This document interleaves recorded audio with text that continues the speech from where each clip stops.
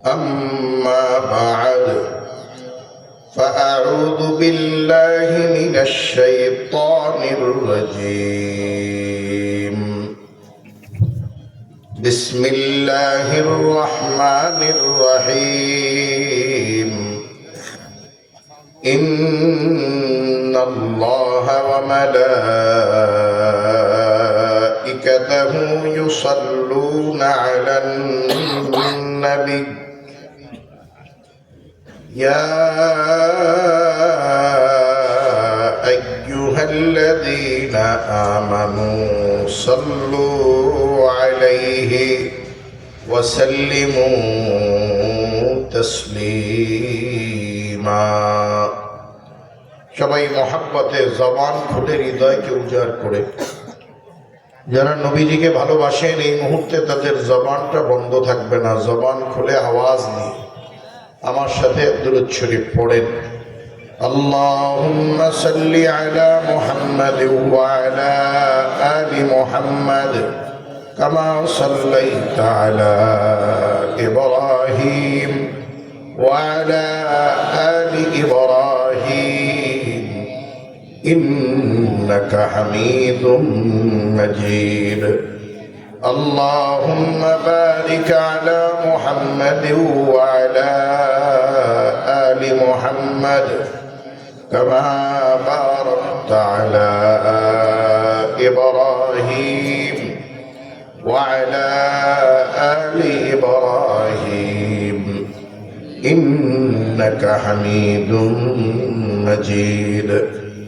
اللهم صل على سيدنا ونبينا وشفيعنا وحبيبنا ومولانا محمد صلى الله عليه وعلى آله وأصحابه وبارك وسلم.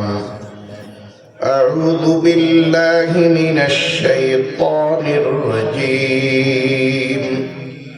بسم الله الرحمن الرحيم. وما خلقت الجن والإنس إلا ليعبدون. صدق الله العظيم وصدق رسوله النبي الكريم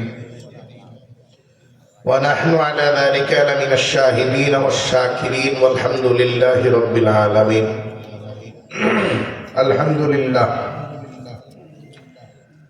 করবাড়ি মধ্যপাড়া গ্রামে মসজিদের উদ্যোগে আয়োজিত 2 দিনব্যাপী চতুর্থ বার্ষিক ইসলামী মহাসম্মেলনের আজকে প্রথম দিনের মাননীয় সভাপতি সাহেব দামাত বারাকাতুহুল আলিয়া, আজকের এই মাহফিলের প্রধান অতিথি, বিশেষ অতিথিবৃন্দ, আজকের এই মাহফিলে আগত জাতির শ্রেষ্ঠ সন্তান হযরতে উলামা ইকরাম, সামনে উপস্থিত আমার দিনদার পরহেজগার ঈমানদার মুসলমান ভাইয়েরা, বিশেষ করে যুবক বন্ধুগণ, পর্দার আড়ালের আমার মা ও বোনেরা,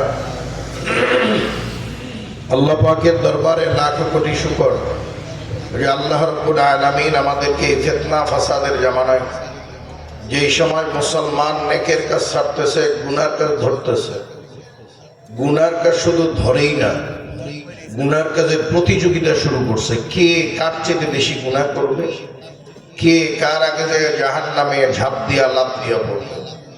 এই গুনাহের প্রতিযোগিতার জামানায় আল্লাহ আমার আপনার মতো লাখান্দা নালায়েক পাপিষ্ঠকে নেকি কামাই করার এক মজলিস, গুনাহ মাফের এক মজলিসে, জান্নাতের এক বাগান, জান্নাতের এক বাজারে হায়াতের কিছু সময় ব্যয় করার সুযোগ আল্লাহ আমাদেরকে দান করলেন। এই জন্য আমরা সবাই আল্লাহ পাকের দরবারে শুকরিয়া আদায় করব। আলহামদুলিল্লাহ। আজকের এই জান্নাতি বাগান, জান্নাতি বাজারে আসতে পেরে, বসতে পেরে সবাই খুশি না বেজার? অল্প না বেশি? যদি খুশি বেশি হই তো খুশির আওয়াজ তো সবসময়ই জোরে হয়, কথা ঠিক না? এটা গোটা পৃথিবীতেই খুশির আওয়াজ জোরে হয়, কিন্তু আপনারা খুশি হয়েছেন এই কথাও বললেন, বেশি খুশি হয়েছেন তাও বললেন, কিন্তু আলহামদুলিল্লাহ যে বলছেন এটা জিলাপির দোকান পর্যন্ত এখনো যায়নি, চার দোকান পানের দোকান পর্যন্ত যায় নাই, কসমেটিক্সের বাজার বসছে এই বাজার পর্যন্ত এখনো যায়নি। যারা ওই বাজারে ভিড় করতেছে তারা আপনাদের থেকে সংখ্যায় বেশি। তারা ভাবতেছে যে আমরা যেহেতু যাই নাই মাহফিলে গেছে কেনা। তা আপনারা যদি একটু আওয়াজটা জোরে দেন অন্তত তাদেরকে তো বুঝাইতে পারবো যে কপাল পরার দল, তোরা দুনিয়ার বাজার দিয়েই ঘুরবি, একদল জান্নাতি মানুষ জান্নাতের বাজারে আল্লাহ নিয়ে আসছে, কথা ঠিক না? এই জন্য একটু আওয়াজটা জোরে দেওয়া যাবে কি যাবে না? বলেন যাবে কি যাবে না? আবার অনেকেই বাড়িতে ঘরে বসে টেলিভিশন দেখায় মত্ত আছে। তারা ভাবতেছে যে আমরাই যেহেতু যাই নাই ওইখানে গেছে কেটা, মোল্লা মৌলবীদের কথা শোনে কেটা, বা হুজুররা যা কয় তা তো আমরা জানি। এই ভাবনা নিয়ে তারা নিজেদেরকে বড় বুদ্ধিমান বুদ্ধিজীবী মনে করে, বড় শিক্ষিত পণ্ডিত মনে করে ঘরে খাটের সাথে হেলান দিয়া ল্যাংটা নাচ দেখায় ব্যস্ত, টেলিভিশন দেখায় ব্যস্ত। আপনাদের এই আওয়াজ যদি তাদের কান পর্যন্ত যায় তাদেরকেও এতটুকু বুঝাইতে পারবো যে কপাল পরার দল, তোরা না আসলেও একদল জান্নাতের মেহমান আল্লাহ জান্নাতের বাগানে ঢুকাইয়া রাখছে, ঠিক না? এই জন্যে আওয়াজ যখন যা দিব একটু জোরে দেওয়ার চেষ্টা করব। আওয়াজ আসতে দিলেও আল্লাহ শোনে, মনে মনেও যদি বলেন সেটাও আল্লাহ শোনে। জোরে দেওয়ার উদ্দেশ্য হইল বাহিরে একটা বাজার আছে, এই প্যান্ডেলের ভিতরেও একটা বাজার, বাহিরেও একটা বাজার। বাহিরের বাজার দুনিয়ার বাজার, প্যান্ডেলের ভিতরে জান্নাতের বাজার, কথা ঠিক না?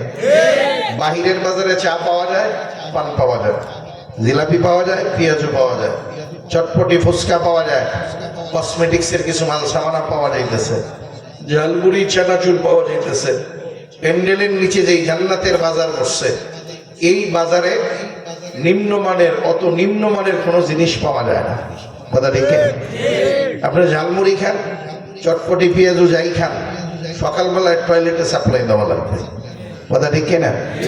জান্নাতের বাজার থেকে আমি যা কামাই করব, আমি কালকে যদি কবরে যাই আজকের এই বাজার থেকে যা কামাই করবো এটা আমার কবরের সাথে হবে। কিয়ামতের ময়দানে উঠবো, আজকের এই বাজার কিয়ামতের হাসরের ময়দানের সাথে হবে। মিজানের পাল্লার গোড়ায় ওজন বাড়াইয়া দিবে। ফুলসিরাত বিদ্যুতের গতিতে পার হওয়ার জন্য আজকের এই বাজারটা সহযোগিতা করতে পারে কি পারে না?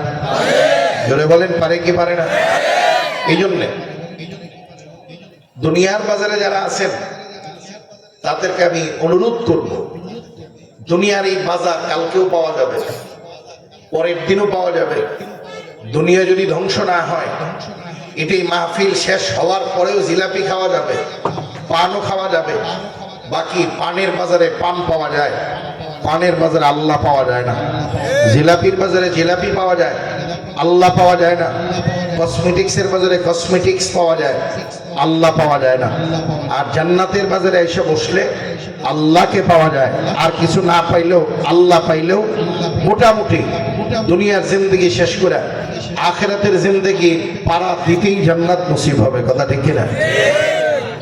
আর যদি কেউ আল্লাহকে পায়, গোটা দুনিয়ার আর একটা বালির কণাও যদি না পায়, তার অন্তরের ভিতরে কোনো আফসোস নাই, শোক নাই, তাপ নাই, ব্যথা নাই, বেদনা নাই। আর গোটা পৃথিবীর রাজত্ব পেয়ে গেছে, শুধু আল্লাহ পায় নাই। তার দিলের ভিতরে না পাওয়ার একটা অশান্তি 24 ঘন্টা গুটাগুটি করে, কথা ঠিক কিনা? কেউ আল্লাহ পাইছে সে সব পাইছে। আর যদি কেউ আল্লাহ না পাইয়া গোটা দুনিয়ার রাজত্ব পাইছে, তার দিলের অশান্তি দূর হয় না, কথা ঠিক কিনা? মুমিন মুত্তাকি যারা, তাদের দিলের প্রশান্তি, দিলের স্বাদ তো আল্লাহ পাওয়ার মধ্যে, কথা ঠিক কিনা? আমাদের অনেকের ধারণা বেশি টাকায় শান্তি, মিথ্যা কথা। এর থেকে তাজা মিথ্যা কথা নাই। যারা বেশি টাকা কামাই করে, হাজারো কোটি টাকার মালিক, ওই যে দেখছেন দরবেশ বাবা দাড়ি চাইছে, নৌকায় উঠছিল, ধরা পড়ে গেছে। দেখা বেশি যদি না হইতো তাহলে দাড়ি চাষার দরকার ছিল না, কথা হয় না? বেশি টাকার কারণেই কি অবস্থা, কথা হয় না? ভাই বেশি টাকা 100 কোটিপতির উপরে জরিপ চালানো, 100 কোটিপতির উপরে জরিপ চালায় দেখবেন 100 কোটিপতির 100 কোটিপতি ঘুমের ট্যাবলেট খেয়ে ঘুম যদি ট্যাবলেট দিয়ে আনতে হয়, ঘুম স্বাদের ঘুম না, আরামের ঘুম না, মজার ঘুম না। ট্যাবলেট খাওয়ার আগে দারোয়ান ফিটিং দিতে হয়। দারোয়ানের উপরে বিশ্বাস নাই, আস্থা নাই, এই জন্য দারোয়ানের উপরে আবার সিসি ক্যামেরা ফিটিং দিতে হয়। কথা হয় না? এটা যাতে মুছা না যায়, এই জন্য ওয়াইফাই এর কানেক্ট সেখানে আবার লাগাইতে হয়। কথা হয় না ভাই? তাহলে হাজারো কোটি টাকার মালিক হইলাম, যদি ঘুম ট্যাবলেট কিনে ট্যাবলেট খেয়ে ঘুমাইতে হয়, এর থেকে তো স্বাদের ঘুম রেল স্টেশনে পড়ে যারা ঘুমায় তারা স্বাদের ঘুম ঘুমাইতে দেখে। তাহলে কি বুঝলাম? বেশি টাকায় শান্তি কথা বলে না। সবাই একটু মুখ খুলে। আপনারা এখানে শিখতে আসছেন না সবাই? না শিখাইতে আসছেন? আমাদের শিখতে আসছেন? কারা কারা শিখতে আসছেন? আজ দেখান তো সবাই। আলহামদুলিল্লাহ। যদি আপনারা শিখতে আসেন তাহলে তো আপনারা ছাত্র। অনেকে হাত করে তাকায় বলেন কি এই বয়সে ছাত্র অনুমান? কারণ আমি তালুকদার এলাকা, আমি তো এলাকার জমিদার, আমি তো মসজিদ কমিটির সভাপতি, সেক্রেটারি, ক্যাশিয়ার, আমি তো ডাক্তার, ইঞ্জিনিয়ার, জজ, ব্যারিস্টার, মেম্বার, চেয়ারম্যান, অমুক সমুক তমুক, নেতা কেতা। এই ভাবনা অন্তরে নিয়ে সারা রাত ওয়াজ শুনবেন, 2 দিন ব্যাপী ওয়াজ শুনবেন। ওয়াজ থেকে আপনি কিছুই শিখা পারেন যেতে পারবেন। আর এই ভাবনা যদি অন্তরাত্মা থেকে বের করেন, আমি ডাক্তার না, ইঞ্জিনিয়ার না, জজ না, ব্যারিস্টার না, আমি তালুকদার না, জমিদার না, চেয়ারম্যান না, মেম্বার না, এমপি না, মন্ত্রী না, মিনিস্টার না, সভাপতি না, সেক্রেটারি না, ক্যাশিয়ার না, আমি ডাক্তার না, ইঞ্জিনিয়ার না, আমি নেতা না, খেতা না, আমি কোরআনের মজমার একজন নগণ্য ছাত্র। ওয়াজ হবে 10 মিনিট, 10 মিনিটের ওয়াজে আমি আর আপনি জান্নাতের মেহমান হয়ে বাড়ি যেতে পারবো। এবার বলেন, ছাত্র হইতে আপত্তি আছে? ছাত্র হওয়ার কোনো বয়স আছে? বয়স নাই, আপত্তি আছে?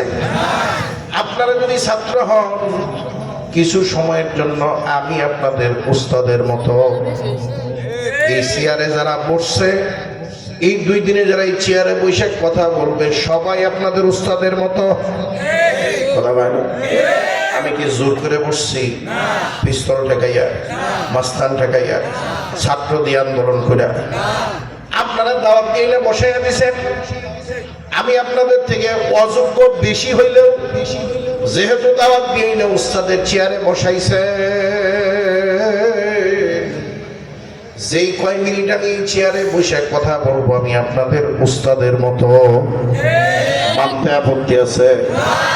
একজনেরও নাই, সবাই মানবেন। পরীক্ষা নিয়ে দেখবো, পরীক্ষা নিব, সবাই মানবেন। 1 মিনিট সময় কারোর সামনে 1 ইঞ্চি জায়গা ফাঁকা রাখা যাবে। দেখি আপনারা কে মানেন আর কে মানেন না, কতটুকু মানতে পারেন, কতটুকু আপনাদের মানার মাত্রা আছে। 1 মিনিট সময় দেখবো। 1 মিনিটের মধ্যে এই কাজ সারা লাগবে। আবার সামনে আগাবেন, পিছনের দিকে দেখবেন যে কে কথা মানে আর কে মানে না। যে ছাত্র কথা মানে না, এই ছাত্ররা আপনাদের দেশে কি কয়? জোরে কর। এটা আমি কইতেছি না, আপনারাই বলেন। যে ছাত্র কথা মানে না, এই ছাত্ররা কি কয়? বেয়াদব কয়। বেয়াদব কিন্তু আল্লাহর রহমত। আরামের ঘুম হারাম করলাম, আরামের বিছানা ত্যাগ করলাম, বিবি বাল বাচ্চা হালাইয়া এই ঘের নারাকুটার মধ্যে, মশার কাপড়ের মধ্যে আইয়া, পোকামাকড়ের মধ্যে আইসা কষ্ট করতেছি। যদি আল্লাহর রহমতই পাই না পাই, তাহলে এই কষ্ট তো ভাব। আদবটা আমার সাথে দেখাইতে হবে না, আল্লাহর সাথে দেখাইতে। দ্বীনি মজলিস, কোরআনের মজলিস, আল্লাহকে পাওয়ার মজলিসে আদব কার সাথে দেখাইতে হবে? রহমত দেওয়ার মালিক আমি, ওনার সভাপতি হুজুর। রহমত দেওয়ার মালিক কেনা? তাহলে কোন ত্রুটি বিচ্যুতি দেখবে কে? আমরা দেখবো?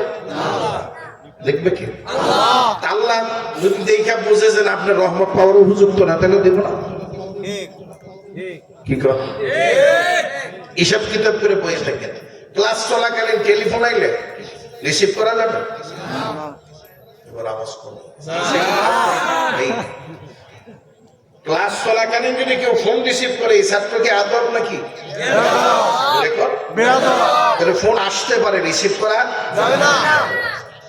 পেশাব পায়খানা আসতে পারে, যাওয়া যাবে না, ব্যাপারটা এরকম। ছুটি নিয়ে যেতে হবে, এটা ক্লাসের নিয়ম। কথা হয় না। বলবেন যে হুজুর যেভাবে আটকাইতেছেন, কোন রকম একবার ছুটি নিয়ে যদি যাইতে পারি আরাম হবে। আপনি যদি না আসেন আমার কোনো কিন্তু ক্ষতি হবে না। আজকে যখন আখিরি মোনাজাত হবে, আজকে কি হবে? আখিরি মোনাজাত হবে। আপনার মা কবরে শুয়ে আপনার চেহারার দিকে চেয়ে দিচ্ছে, দোয়ার সময় আপনি নাই, আপনার মার জন্য দোয়া কে করবে? কে দোয়া করবে? বলবেন যে হুজুর দাওয়াত দিয়েছে আপনাকে, ভালো মন্দ খাবেন আপনি, হাদিয়া তো আপনি নেবেন, দোয়া আমরা করবো, আপনি করবেন। ভাই মা ঘরের ভাগ, জায়গার ভাগ, ওয়ারিশের ভাগটা কি হুজুরকে দিচ্ছেন না আপনি নিছেন? তাহলে দোয়া আপনার কি করা লাগে? আপনার মার জন্য, আপনার বাবার জন্য আমার কলিজায় পড়ে না, আমার মা বাবার জন্য আমার কলিজা পড়ে। আপনার দোয়া আপনার মা বাবার জন্য, আর আমার দোয়া আপনার মা বাবার জন্য সমান না। আপনি দোয়া করবেন আল্লাহ ডাইরেক্ট কবুল করবেন, আমি দোয়া করবো কিয়ামতের আগের দিন কবুল হইতেও পারে, না হইতে পারে। কথা ঠিক কিনা? এই জন্য ভেঙে গেলে যেতে পারেন, আমার পক্ষ থেকে আপত্তি নেই। ঠকলে আপনি ঠকবেন, আমার ঠিক আছে না? তো বলতেছিলাম যে আপনারা অনেকের ধারণা যে বেশি সম্পদে শান্তি। আবাদি জমি আছে 100 বিঘা, কিন্তু দিকপাত বাজারে আছে 5 শতাংশ। সরিষাবাড়ি শহরে আছে একটা ফ্ল্যাট, আপনার ছেলে মেয়ে 5 জন, সবার দাবি যে আব্বা আবাদের জমি আমার না দিলে অসুবিধা নেই, দিকপাত বাজারের যে 5 শতাংশ আছে না, এই জায়গাটা আমার দিও।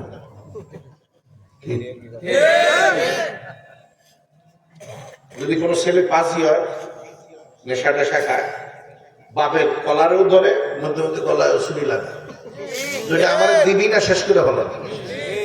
আপনার 1000 বিঘা সম্পদ আছে, ছেলে যদি কলারে ধরে হলো, 1000 বিঘা কি আপনাকে সুখ শান্তি দিতে পারছে?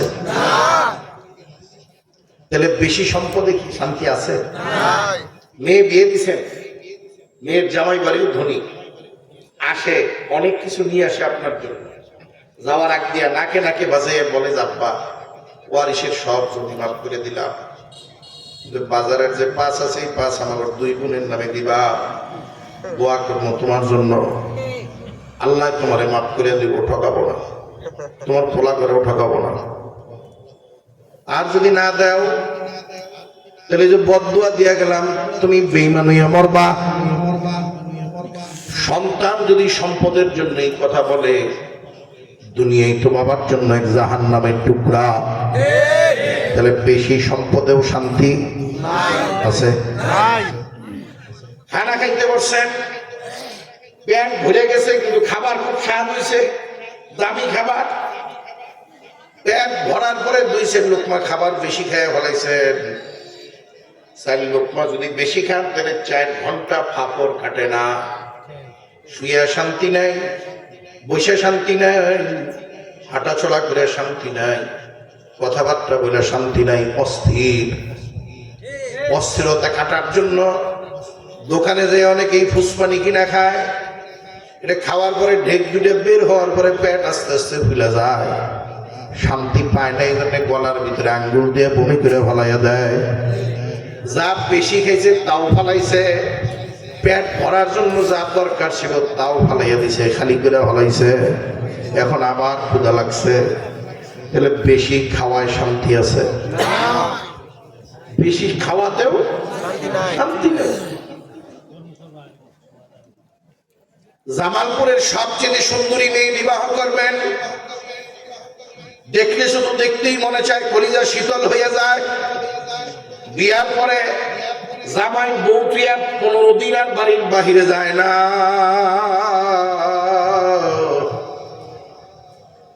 হঠাৎ 15-20 দিন পরে সংবাদ আসছে সুন্দরী বিবি যার একজনের সাথে হ্যালো কর, এত সুন্দর যখন সংবাদ পাইছেন আর একজনের সাথে হ্যালো কয়, আপনাদের কাছে জিজ্ঞাসা, এই বিবিকে আর দেখতে মনে চায়? দেখলেই পায়ের রক্ত মাথায় ওঠে, কলিজার শীতল হয় না, এখন খালি ঘৃণা জমে। তাহলে বেশি সুন্দরেও কি নাই? কথা কয় আছে? নাই, মজা নাই, শান্তি নেই। ক্ষমতা যদি বেশি হয়, ক্ষমতা বেশি হইলে রান্না ভাত হালাইয়া ফলাইতে হয়। কথা কয় না? ক্ষমতা যদি একটু কম হইতো ফলানোর দরকার ছিল না। কয়েকদিন একটু সরিষামারি করে ঘরের ভিতরে বয়ে থেকে বাইরে যাইত, কিন্তু ক্ষমতা বেশি দেখানোর কারণে হেলিকপ্টার দিয়ে ফলায়। কথা কয় না? তাহলে বেশি টাকায় শান্তি নাই, বেশি সম্পদে শান্তি নাই, বেশি খাওয়ায় শান্তি নাই, বেশি সুন্দরে শান্তি নাই, বেশি ক্ষমতায় শান্তি দিতে পারে না। হুজুর বলবেন যে হুজুর শান্তি কোথায়? প্রতিদিন সকাল থেকে রাত 10টা-11টা পর্যন্ত শান্তির তালাশে দৌড়ায়। আসলে দুনিয়া শান্তির জায়গা না। আল্লাহর নবী বলেন, দুনিয়া সিজনুল মুমিন ওয়া জান্নাতুল কাফির। কাফেরের জন্য দুনিয়া আরামের জায়গা, ভোগ বিলাসিতার জায়গা। মুমিন মুত্তাকির জন্য দুনিয়া একটা জেলখানার মতো। এখানে মুমিন মুত্তাকির জন্য কোনো আরাম আয়ের ভোগ বিলাসিতা নাই। কাফের মুশরিক বেঈমান যারা, তারা এখানে ভোগ বিলাসিতা করবে। কবরে যাওয়ার আগে থেকে আযাব শুরু হবে, আযাব আর কোনোদিন শেষ হবে না। মুমিন মুত্তাকি দুনিয়াতে একটু ধৈর্য ধারণ করবে, কষ্ট ক্লেশ করবে, সবুর করবে। কবরে যাওয়ার আগে থেকে জান্নাত দেখানো শুরু হবে। কবরে যাইতে দেরি, জান্নাত পাইতে দেরি হবে না। মুমিন মুত্তাকি দুনিয়াতে শান্তি তালাশ করলেও লাভ নাই। মুমিন মুত্তাকির জন্য টাকায় শান্তি নাই, ভোগ বিলাসিতায় শান্তি নাই, ক্ষমতায় শান্তি নাই। মুমিন মুত্তাকির জন্য সবচেয়ে বেশি শান্তি হলো লা ইলাহা ইল্লাল্লাহ বলার মধ্যে। কথা ঠিক কিনা? লা ইলাহা ইল্লাল্লাহ সারা দিন পড়লেও অশান্তি নাই, শান্তি। সারা রাত পড়লেও অশান্তি নাই, শান্তি। কথা ঠিক কিনা? সুবহানাল্লাহ 100 বারের জায়গায় 1000 বার বললে মজা কমে না বাড়ে? ঘুরে কর। কুরআনুল কারীমের তেলাওয়াত সারা রাত যদি শোনেন মজা কমে না বাড়ে? অনেকেই বলবেন যে হুজুর, অনেকেই হাত করে তাকায় রয়েছেন, হুজুর বলেন ওই আমি তো সুবহানাল্লাহ মজা পাই না। আরে ভাই, জ্বরের রোগীর কাছে 1200 টাকা কেজির ঘি দিয়া পোলাও রান্না করে দিলে এটা তিতা লাগে। গরুর গোশত 700 টাকা কেজির গরুর গোশত আইনা রান্না কালা ভুনা করে দিলেও তিতা লাগে। মুরগির রোস্ট দিলেও তিতা লাগে, খাসির রেজালা দিলেও তিতা লাগে, গরম ভাত আলু ভর্তা দিলেও তিতা লাগে, পান্তা ভাত দিলেও তিতা লাগে। জ্বর মুখে, জিহ্বা যদি অসুস্থ হয়, খাবার যেটা মুখে দিবেন সেইটাই তিতা। কথা দেখি না? আর জিহ্বা যদি সুস্থ হয়, ঘি দিয়ে পোলাওয়ের দরকার হয় না, সর্ষের তেল দিয়ে খিচুড়ির দরকার হয় না, গরম ভাত আর আলুর দরকার হয় না, কাঁচামরিচ পেঁয়াজ পান্তা ভাত দিলে ওর থেকে স্বাদের খাবার আর হয় না। কথা ঠিক কিনা ভাই? পার্থক্য দিয়ে যায়। জিহ্বা সুস্থ পান্তা ভাত মজা, আর জিহ্বা অসুস্থ ঘি দিয়া পোলাও মজা নাই। কি কর? সুবহানাল্লাহ, আপনি মজা না পাওয়ার কারণে আপনার অন্তরাত্মা নষ্ট। কি ভাই? ঘি আর পোলাও এটা সারাদিন পেটের মধ্যে করলে স্বাদ পাওয়া যাবে। পিঠে ঘষবেন, হাতের মধ্যে সারাদিন মাখাবেন, হাতাবেন, স্বাদ পাবেন, মাথায় ঘষবেন। ভাই, খাবারের স্বাদ পেটে না, পিঠে না, হাতে না, পায়ে না, মাথায় না। খাবারের স্বাদ হলো জিহ্বা। কথা ঠিক কিনা? খাবারের স্বাদ কোথায়? জিহ্বায়। আর সুবহানাল্লাহর স্বাদ অন্তরাত্মায়। কথা বলে সুবহানাল্লাহর মজা হাতে পাওয়া যায় না, পায়ে পাওয়া যায় না, পেটে পাওয়া যায় না, পিঠে পাওয়া যায় না। সুবহানাল্লাহর স্বাদ অন্তরাত্মায় পাওয়া যায়। নামাজের সেজদার মজা অন্তরাত্মায় পাওয়া যায়। সুবহান রাব্বিয়াল আযীম, সুবহান রাব্বিয়াল আ'লার মজাটা অন্তরাত্মায় পাওয়া যায়। কথা ঠিক কিনা? অনেককেই হাতে পায়ে ধরে মসজিদে নেওয়া যায় না। আবার দেখবেন পুষ মাস মাঘ মাস কনকনা শীত, বিবি সাহেবরে নিয়ে কম্বল গায়ে দিয়ে কম্বলটারে গরম বানাইয়া ঘুমাইছে।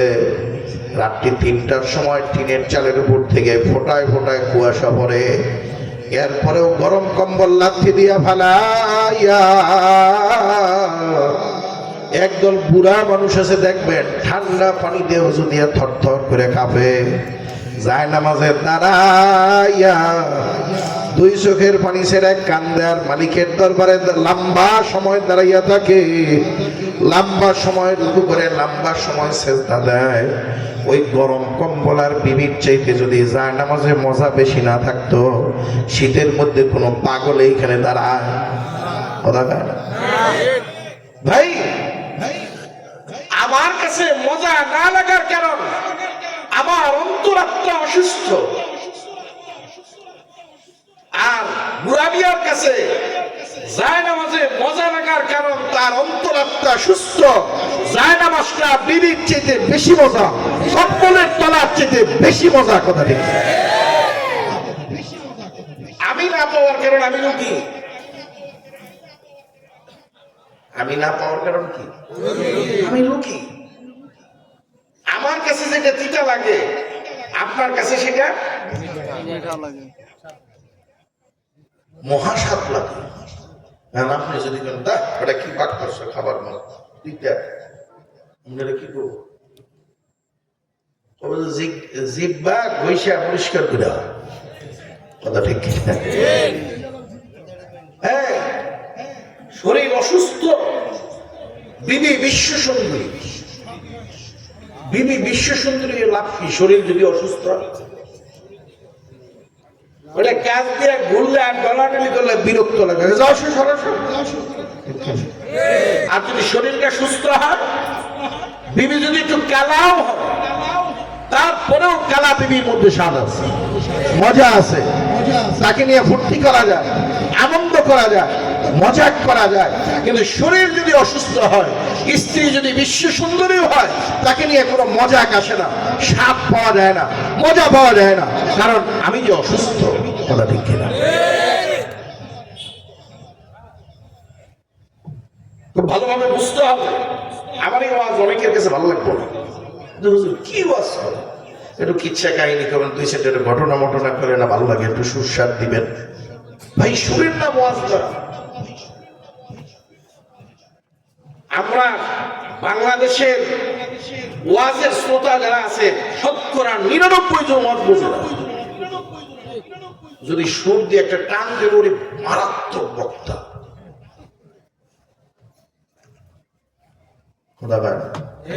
যদি ওয়াজ একটু হাসাইতো, চুটকি চাটকি করলো, কমেডিয়ান কিছু বক্তা আছে না, একটু কমেডি করলো, আপনারা একটু হাসি তামাশা করলেন, ওরে বাপরে বাপ, এরকম বক্তা তো বাংলাদেশেই নেই।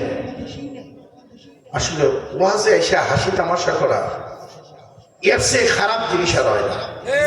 ওয়াজ তো ভাই নিজের আত্মসংশোধনের জন্য, ওয়াজ তো কান্নাকাটির জন্য, ওয়াজ তো হাসি তামাশার জন্য না, ওয়াজ তো আখিরাতকে স্মরণ করায় দেওয়ার জন্য। কবরের জিন্দেগি কিভাবে পার করব, এই চিন্তা টেনশন মাথায় ঢুকানোর জন্য হলো ওয়াজ আর নসিহত। কিন্তু ওয়াজে এসে আমরা একটু হাসতে চাই, মজাক নিতে চাই।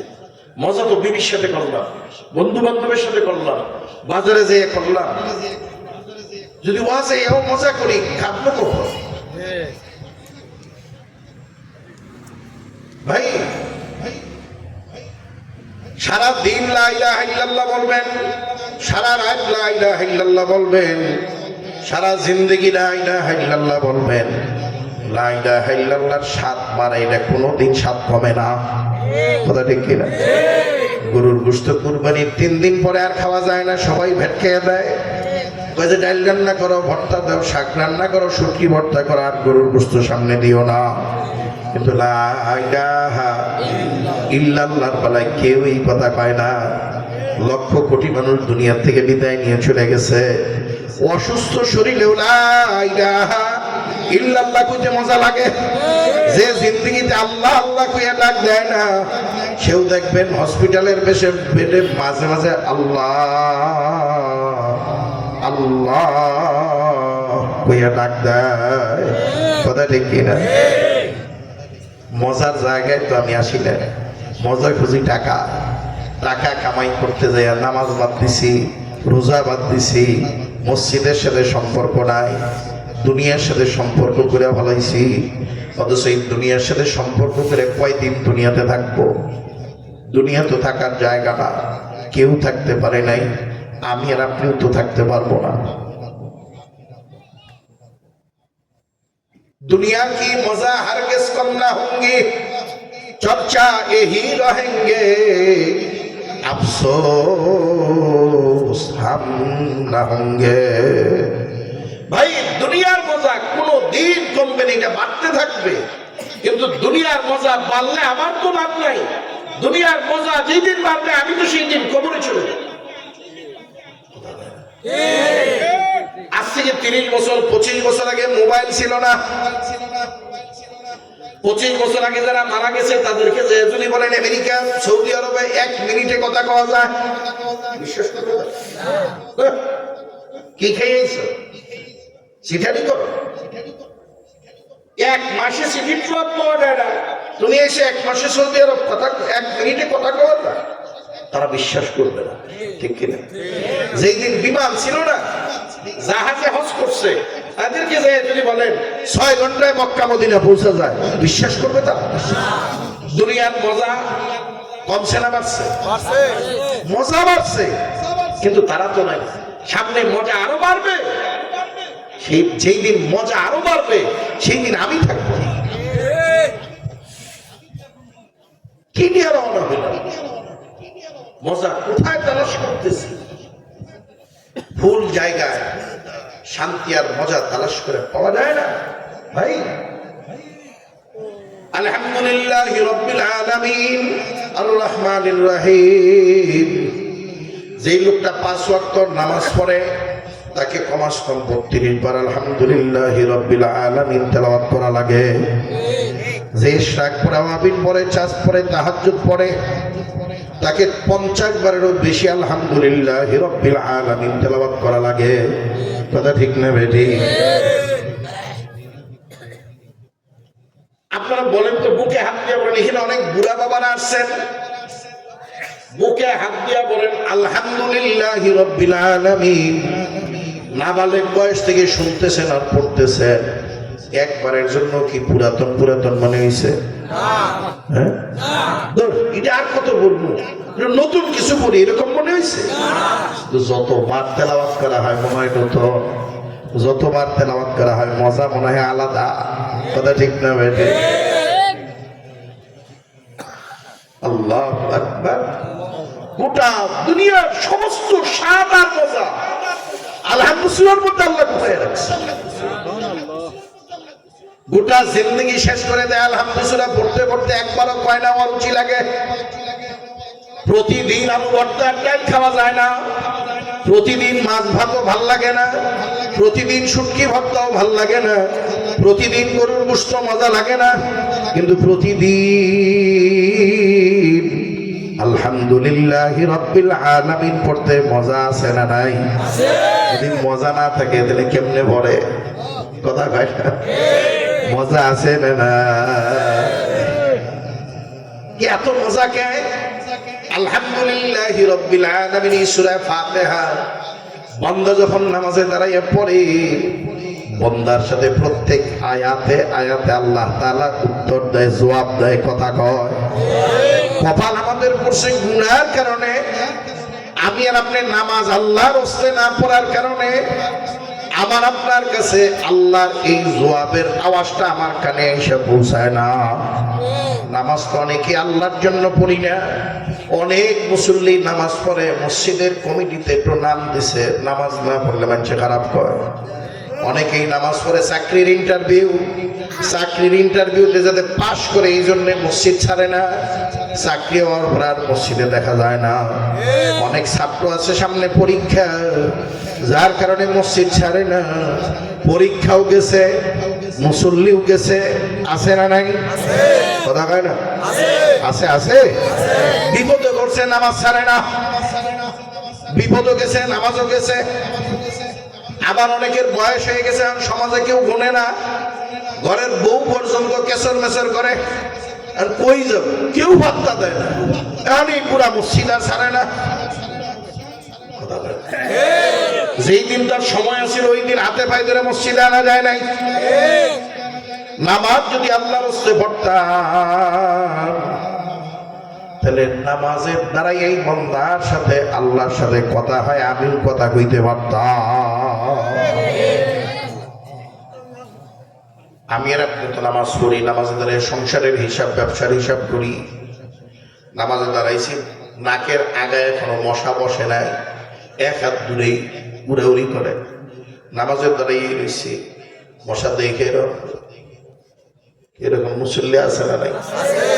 কানের থেকে আধা হাত ধরে একটু মশায় ভন ভন করছে, হাত ছেড়ে দিয়ে এরকম করে। কি না? অথচ আলী রাদিয়াল্লাহু তাআলা যুদ্ধের ময়দানে গেছে, পায়ের গোড়ালিতে তীর ঢুকে গেছে। সাহাবায়ে কেরাম খোলার চেষ্টা করে পারে না, চিৎকার করে চিল্লায়। আল্লাহর নবী ডাক দিয়ে, আমার সাহাবীরা এইভাবে তীর খোলার চেষ্টা করে আলীরে খামাকা কষ্ট দিয়া লাভ কি?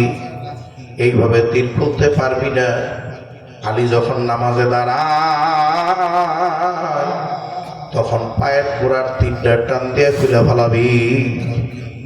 সত্যি আলী রাদিয়াল্লাহু তাআলা যখন নামাজে দাঁড়াইছে, দুই সাহাবী যে তীর টান দিয়ে খুলে ফেলাইছে, গোশত চামড়া ছিঁড়া ফেলাইছে। একবারের জন্য গুহ আহ শব্দ করে নাই, একবারের জন্য গুহ আহ শব্দ করে নাই। সালাম ফিরাইছে, দেখে যায় নামাজ ভক্ত দিয়ে ভেজা, পায়ের গোড়ালিতেও তীর নাই। জিজ্ঞাসা করে, আমার সাথীরা পায়ের গোড়ার তীর গেল কোথায়? নবীজি বলছে, আপনি যখন নামাজে দাঁড়ান তখন তীর খোলার জন্য, আপনি নামাজের দাঁড়ানোর পরে তীর খুলিয়া ফেলাইছি। আপনি কি কিছুই বুঝেন নাই? কয় না, আমি কিছুই তো জানি না। কি নামাজ তিনারা পড়ছে, আমি আর আপনি কি নামাজ পড়ি? আলী রাদিয়াল্লাহু তাআলা একদিন তাহাজ্জুদের নামাজে দাঁড়াইছে। আল্লাহর নবী হুজরা থেকে বের হয়ে মসজিদে নববীতে এসে দেখে আলী নামাজ পড়ে। আল্লাহর নবী পিছনের মুসল্লি সেজে ইক্তেদা শুরু করে দিছে। আল্লাহর নবী ইক্তেদা শুরু করে দিছে। আলী রাদিয়াল্লাহু তাআলা তেলাওয়াত করতেছে, ঘন্টা পার হয়ে যায়, রুকু নাই, সিজদাও নাই। তেলাওয়াত শেষ করে আবার তেলাওয়াত শুরু করে, শেষ করে আবার শুরু করে, শেষ করে আবার শুরু করে।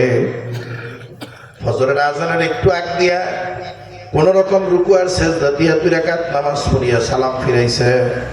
সালাম না ফিরে এই দেখে সরকারের দো আলম নবী পিছনে বাবা রাগে গুসায় খুবে চেহারা লাল হয়ে গেছে। নবীজি একটু রাগ করলেই চেহারাটা লাল টকটকা হয়ে যাইত। আলী রাদিয়াল্লাহু তাআলা ভয় পেয়ে গেছে, আজকে আমার খবর আছে, না জানি কি ভুল করছি। আল্লাহর নবী ধমকেশ্বরে ডাক দিয়ে, আলী, আমার জীবদ্দশায় আমি এখনো দুনিয়া থেকে বিদায় নেই নাই। আমার জীবদ্দশায় তুই নামাজের পরিবর্তন ঘটাইয়া ভালাইলি। এই নামাজ তো আমি তোরা শিখাইনি, এটা কি নামাজ পড়লি রে আলী? আলী রাদিয়াল্লাহু তাআলা মাথা নিচে দিয়া ফেলাইছে, কোনো কথা নাই, ভয়ে কাঁপতেছে। আল্লাহর নবী ডাক দেয়, কিরে আলী, খবর কি? জিবরাইল আলাইহিস সালাতু ওয়াস সালাম ইতিমধ্যেই নবীর কানে কানে এসে সালাম দিছে। সালাম দিয়ে আল্লাহর নবীরে ডাক দিয়ে কইয়া, নবী আল্লাহ, আল্লাহ পাক আমাকে জরুরি সংবাদ দিয়ে পাঠাইছে, আপনার সামনে যে ছেলেটা বৈশা থরথর করে কাঁপতেছে, আল্লাহ আমারে সংবাদ দিয়ে পাঠাইছে, আল্লাহ পাক এই ছেলেটারে আপনাকে ধমক দিতে না করছে। আল্লাহর নবী খুশি না বেজা? জিবরাইল আমিন কানে কানে ডাক দিয়া কইয়া নবী আল্লাহ, শুধু ধমক দিতে নিষেধ করছে ব্যাপারটা তা না, আল্লাহ এই কথাও বলে দিছে এই পোলাটার নাকি কোনো দোষ নাই, সব দোষ নাকি আল্লাহ। জিবরাইল চলে গেছে, আল্লাহর নবীর চোখের কোনায় পানি জমে গেছে, আশ্চর্য হয়ে গেছে, আলীর দিকে তাকাইয়া চোখের পানি ছেড়ে দিছে। আল্লাহর নবী মনে মনে বলতেছে, আমার আলীর আল্লাহর সাথে এত গভীর সম্পর্ক এটা তো আমিও জানি না। ডাক দিয়ে কাছে এনে আদর করতেছে, আর ডাক দিয়ে জিজ্ঞেস করে, আলী নামাজের মধ্যে কি ঘটনা ঘটছে আমার কাছে একটু খুলিয়া বল। আলী রাদিয়াল্লাহু তাআলা কেঁদে দিছে, দুই চোখের পানি ঝরতেছে। কালি কান্দ খে কইয়া নবী আল্লাহ, আপনি কান্দেন খে? আপনার চোখের পানি ঝরবে আর আলীর চোখ শুকনা থাকবে, এটা তো হইতেই পারে না। তাই আলী নামাজের মধ্যে ঘটছে কিন্তু খুলিয়া বল। কইয়া নবী আল্লাহ, আমি তেলাওয়াত যতবার শেষ করি রুকুতে যাওয়ার প্রস্তুতি নেই, আমার মালিক আমারে রুকুতে যাইতে দেয় না, নিষেধ করে। খবরদার আলী রুকুতে যাবি না। আবার তেলাওয়াত করতে, তেলাওয়াতটা আমি শুনতেছি, আমার কাছে বড় মজা লাগতেছে, আবার একটু তেলাওয়াত কর। আবার তেলাওয়াত করি, আবার কয় আগের বারের চেয়ে এবারের তেলাওয়াত বেশি মজা লাগছে, আবার তেলাওয়াত কর। আমি আর আপনি কি নামাজ পড়লাম? নামাজও পড়ে সুদের কারবারও করে, নামাজও পড়ি ঘুষের কারবারও করি, নামাজও পড়ি বেপর্দা মহিলাদের সাথে আড্ডা দেই, নামাজও পড়ি ওজনেও কম দেই, নামাজও পড়ি সিটারি বাটপারিও সারি না। নামাজ তো আসলে এই জন্যে না। ইন্নাস সালাতা তানহা আনিল ফাহশাই ওয়াল মুনকার। কথা তো ছিল নামাজ নামাজিকে সকল প্রকার পাপ থেকে, অন্যায় থেকে, গুনাহ থেকে বাঁচাবে। কথা ঠিক কিনা? আসসালাতু মিরাজুল মুমিনিন। নামাজ তো এমন এক ইবাদত যে নামাজে দাঁড়াইয়া বান্দার সাথে আল্লাহর সাথে দিদার হবে, কথাবার্তা হবে। কিন্তু আমার আপনার দিদার তো হয় না, কথাবার্তাও তো হয় না। কি নামাজ পড়লাম, কি নিয়ে কবরের দিকে রওনা করলাম, কয়দিনের দুনিয়া রে বাবা। বলবেন যদি আলী রাদিয়াল্লাহু তাআলার ঘটনা, এরকম বহু ঘটনা আছে, সারা রাত বললেও মজা পাবেন, শেষ হবে না।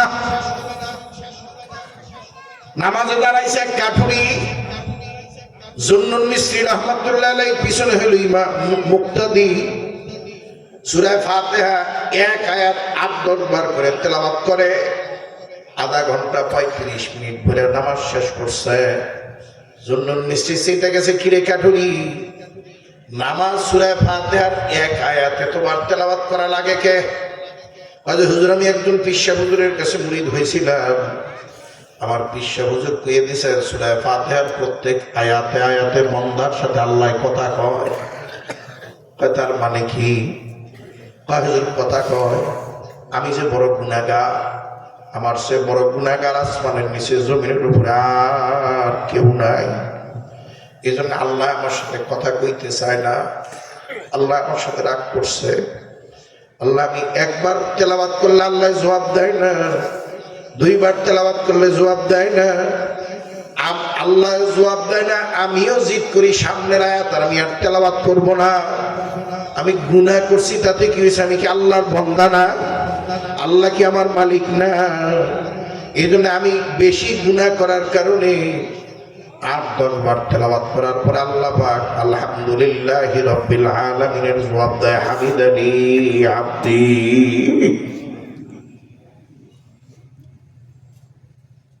আমি আর আপনি কি করলাম? আমি আর আপনি তো কাঠুরি না, অত গরিব হই নাই।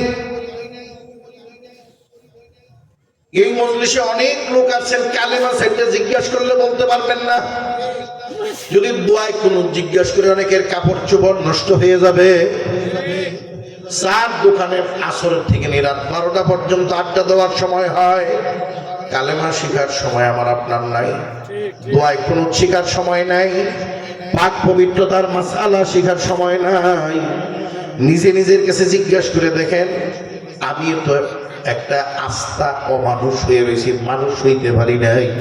যদি মানুষ হইতাম চার দোকানের সময় কম দিয়া, আমি মানুষ হওয়ার জন্য যা শিখার দরকার এগুলা শিখার জন্য ইমাম সাহেবের পায়ে ধরে হলেও আমি শিখার চেষ্টা করতাম। কথা ঠিক কিনা?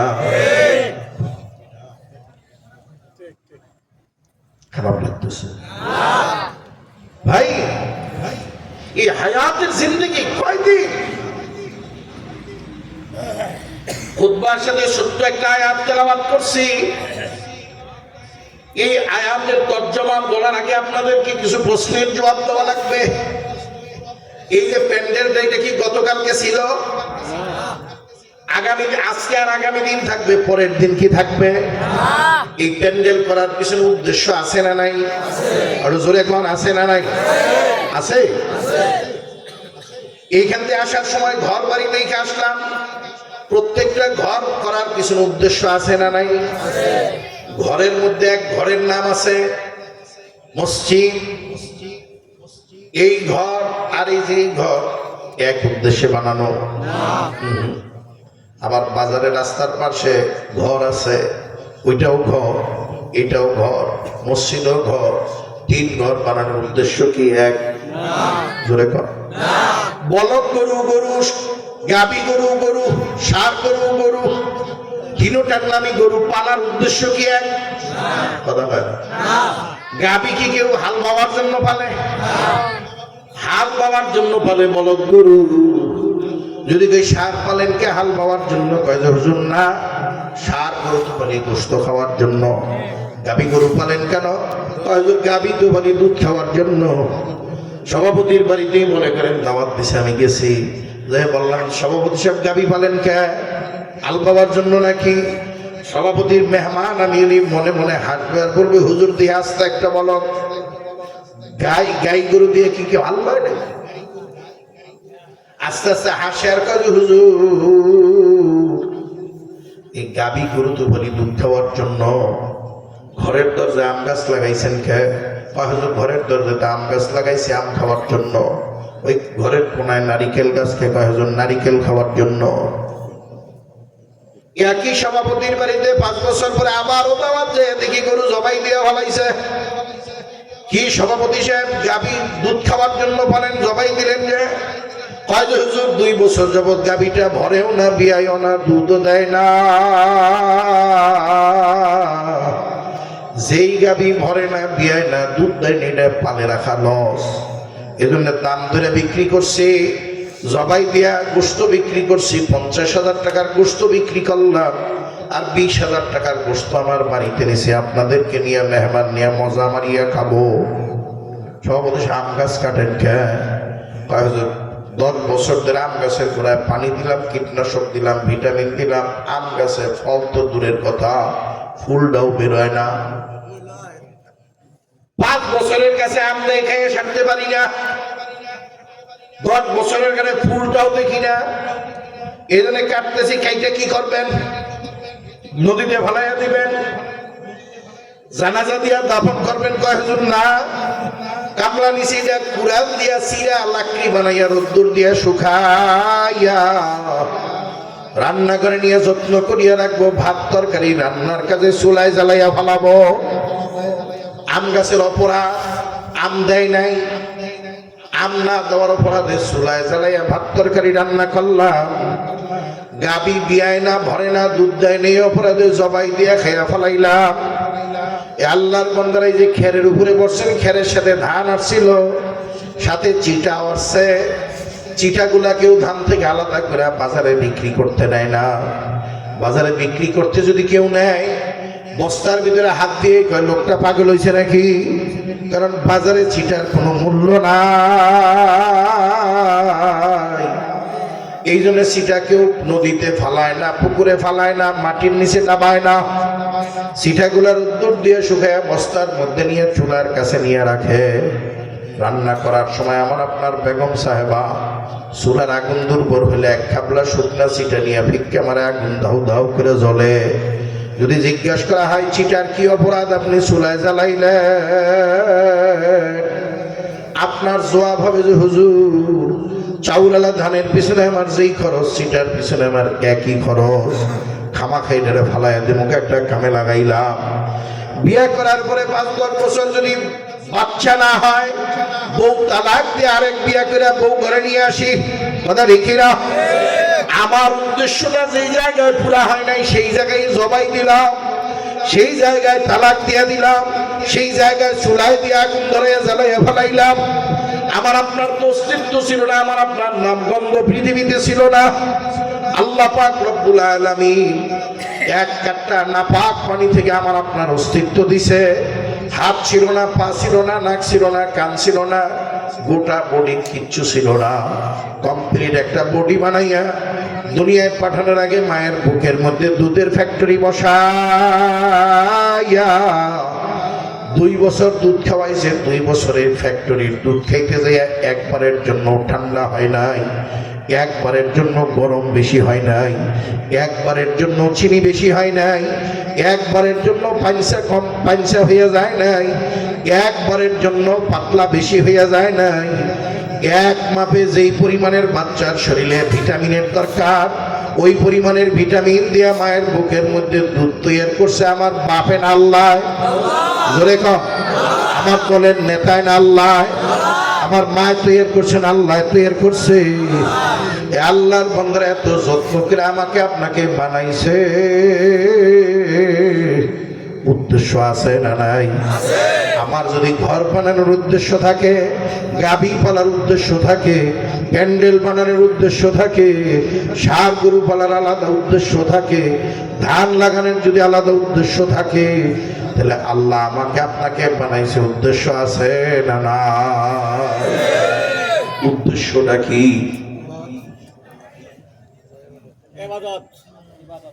আমি যে আয়াত তেলাওয়াত করেছি, আয়াতের মধ্যে আল্লাহ তাআলা বলেন ওমা খালাকতুল, বিরক্ত হয়েছেন না তো? ওমা খালাকতুল জিন্না ওয়াল ইনসা ইল্লা লিয়াবুদুন। আল্লাহ কয় একমাত্র আমি আল্লাহর গোলামীর জন্য বানাইছি। আমার আপনার ফসলের নাম আম, কাঁঠাল, লিচু, ধান, গম, ভুট্টা, বিভিন্ন কিছু। আল্লাহর ফসল মাত্র একটা মানুষ। যে উদ্দেশ্য নিয়ে বানাইছে, উদ্দেশ্য যদি পুরা না হয়, আমার যেরকম আম গাছের লাকড়ি পোড়ার চুলা আছে, চিটা পুরানের জন্য চুলা আছে, গরুর গোশত ভুনা করার জন্য চুলা আছে, আমার আল্লাহর উদ্দেশ্য যদি আমার আপনার দ্বারা পুরা না হয়, আল্লাহরও কিন্তু একটা চুলা আছে, চুলার নাম জাহান্নাম। কথা ঠিক কিনা? চুলার নাম কি? জাহান্নাম। এই চুলার আগুন কিন্তু দুনিয়ার আগুনের মতো আগুন না। দুনিয়ার আগুনটা জাহান্নামের আগুনের সামনে একটা বরফের তলার মতো, একেবারে ঠান্ডা। জাহান্নামের আগুন বড় ভয়ঙ্কর।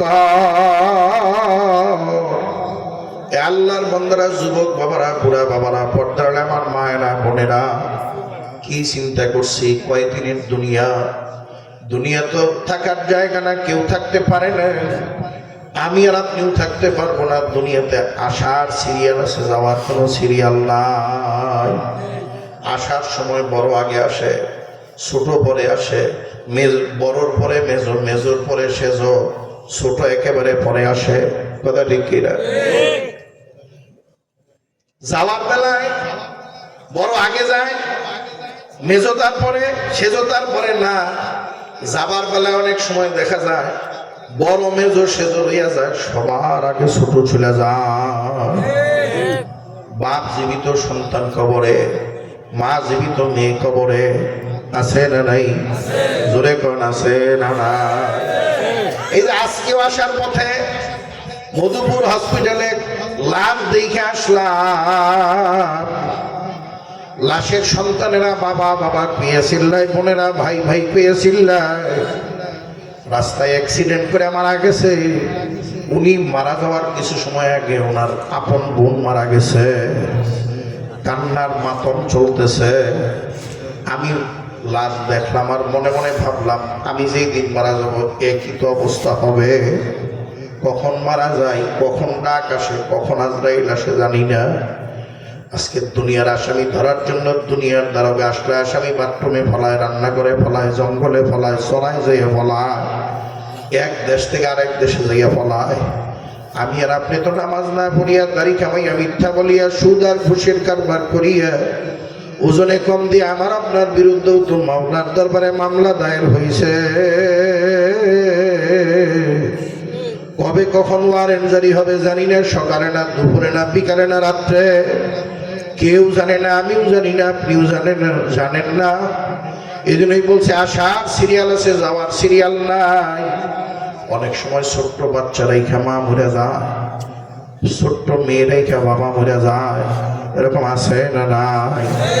আমি কয়েক বছর আগের ঘটনা বলতেছি। মুন্সিগঞ্জে গেছিলাম এক মহিলা মাদ্রাসার মাহফিলে। ঈশান নামাজের জামাত চলে, এই সময় যে পৌঁছাইলাম, একটা ঘরে নিয়ে বসতে দিল। বসার 10-15 মিনিট পরে মাদ্রাসার যিনি পরিচালক, প্রতিষ্ঠাতা হাজী সাহেব, আমার পূর্ব পরিচিত চরমনের মুড়ি, আমার সাথে দেখা করার জন্য ঈশান মুসাফা করে আমার হাত ধরছে আর ছাড়ে না, হাত ধরেই কেঁদে দিছে। আমি বললাম হাজী সাহেব কান্দেন কে? আরো জোরে কান্দে। কান দিয়ে কাছে এনে মাথাটা আমার বুকের মধ্যে লাগাই আমি আদর করতেছিলাম। কমপক্ষে 10 মিনিট তো হবেই, কান্না আর থামে না। আমি বললাম হাজী সাহেব ঘটনা কি, খুলিয়ে বলেন। মাহফিল বন্ধ করে দিছে, কয় না। কোনো অসুবিধা, অ্যাক্সিডেন্ট হয়েছে, কয় না। 10 মিনিট কান্নাকাটি করার পরে, প্রায় 10 মিনিট কান্নাকাটি করার পরে চোখের পানি মুছে আর আফসোস করে আর কান্দে আর ডাক দিয়ে কয় হুজুর, আজ থেকে 6 মাস আগে আমার একটা মাত্র মেয়ে ছিল, মেয়েটা মারা গেছে। মেয়ে মারা গেছে 6 মাস আগে, আজকে দোয়া চাবেন, কান্দেন কে? কয় হুজুর কেন যে কান্দি এটা তো বুঝাইতে পারবো না। আমি বললাম মা বাবা আছে আপনার? কয় না। মা বাবার জন্য এত কাঁদছেন? কয় না। মেয়ের জন্য এত কান্দেন কে? মেয়ে বিবাহ দিছে ময়মনসিং। হুজুর মেয়েটা মারা যাওয়ার সময় 4 বছরের একটা মেয়ে, 7 বছরের একটা মেয়ে রেখে মারা গেছে। হুজুর নাতনিগুলার অত্যাচারে আর সইতে পারি না। আমি বললাম যে আপনার তো কপাল ভালো, দুধের বাচ্চা রেখে গেলে কি করতেন? হাজী সাহেব বলতেছে হুজুর দুধের বাচ্চা যদি রেখে যাইতো তাহলে তো কোনো টেনশন ছিল না, অবুঝ থাকতো, যেমনি লালন পালন করতাম সেমনি হইতো। এই বইলে আমার সামনে দিকে ওইটা চলে গেছে। 2-3 মিনিটের মধ্যেই 2 হাতে 2 নাতনি ধরে নিয়ে আমার সামনে হাজির। আমি ছোট্ট নাতনিটারে টান দিয়ে কোলে বসাইয়া আদর করতেছি আর বলতেছি নানা ভাই, তোমার নানা তোমার বেশি আদর করে না, তোমার নানু তোমার বেশি আদর করে। ছোট্ট মেয়েটা বড় বড় চোখের আমার দিকে তাকাইছে, চোখে পানি টলমল করতেছে। বোঝা যাইতেছিল সারাদিন কাঁদছে, কাঁদতে কাঁদতে চোখ মুখ ফোলাইয়া ফেলাইছে। হাজী সাহেব কয় হুজুর কিছু জিজ্ঞেস করিয়েন না। হয় দুপুরের পরে আর আব্বা ময়মনসিং থেকে আসছে। দরজাটা খুলে দেওয়ার পরে 2 বোন অবুজের মতো একটা সিলের মতো লেন দিয়ে যে গলা জড়াইয়া ধরছে। বাবার গলা জড়াইয়া ধরে কাঁদতেছে আর বলতেছে আব্বু তুমি আসলা, আম্মুরে নিয়ে আসলা না। মাদ্রাসায় তো অমুকের আম্মু আসছে, অমুকের আম্মু আসছে, অমুকের আম্মু আসছে, আমাদের আম্মুকে আজকে আসবে না। যখন বাবার এই কথা বলছে, বাবা তো কাঁদতে কাঁদতে বেহুশ হয়ে গেছে। আজকে আসরের নামাজের পরে আপনার কোলে যেই নাতনি, এই নাতনিটা আমার টানতে টানতে আর মায়ের কবরটা আমার বাড়ির আঙ্গিনায় দিছি। এই পিচ্ছি নাতনিটা আমার ধরে টানতে টানতে আর মায়ের কবরের কাছে নিয়ে গেছে। আর মায়ের কবরের কাছে যাইয়া আমার পায়ের মধ্যে টাস করিয়া পড়িয়া কাঁদতেছে আর বলতেছে নানা ভাই, আমি তোমারে দেখছি আমার আম্মুটারে এখানে গর্ত করিয়া তুমি মাটি দিয়ে ঢাকিয়ে রাখছ, তোমার পাও ধরছে, আর কোনো দিন আম্মুটারে দেখতে চাবো না। আজকে মাদ্রাসার মাহফিলের দিন, আজকের আম্মুটারে এখান থেকে উঠে দাও, আজকের জন্যই একটু দেখতে চাই, আর দেখতে চাই না। ওই যে হুজুর আমি পাথরের মূর্তির মতো হয়ে গেলাম, চোখ দিয়ে শুধু পানি পড়তেছে। হুজুর এক মুহূর্তের মধ্যে পা ছেড়ে দিয়ে নাতনিটার মায়ের কবরের বেড়া টপকাইয়া বেড়ার ভিতরে ঢুকিয়া গেছে। ভিতরে ঢুইকা মায়ের মুখের উপরের বুকের উপরের মাটি খামসাইয়া খামসাইয়া সরা আর মা মা কইয়া চিল্লায় আর বলে, মা গো আজকের জন্য একটু দেখা দাও, আর তোমারে দেখতে চাবো না। আল্লাহর বন্ধুর এরকম এতিম বাচ্চা এতিম সন্তানেরা কিন্তু এইখানে আছে। অনেকেই মা হারাইয়া আসছেন, অনেকেই বাবা হারাইয়া আসছেন। আল্লাহর বন্দারা মা বাবার দুনিয়ার থেকে বিদায় নিছে, আমি আর আপনিও কিন্তু একদিন বিদায় নিব। এই বিদায় কিন্তু আজকে রাত্রেও হইয়া যাইতে পারে। কখন কার দুয়ারে আজরাইল আসে কেউ জানি না। আল্লাহর বন্দারা আজকে রাত্রি যদি আজরাইল নামক দারোগার সাথে আমার আপনার দেখা হইয়া যায়, আজরাইল কলিজা ফাঁসাইয়া থাবা দিয়ে আত্মা বের করিয়া ফেলাইবে। বাবার দেহ থেকে আত্মা বের হইয়া যাইতে দেরি,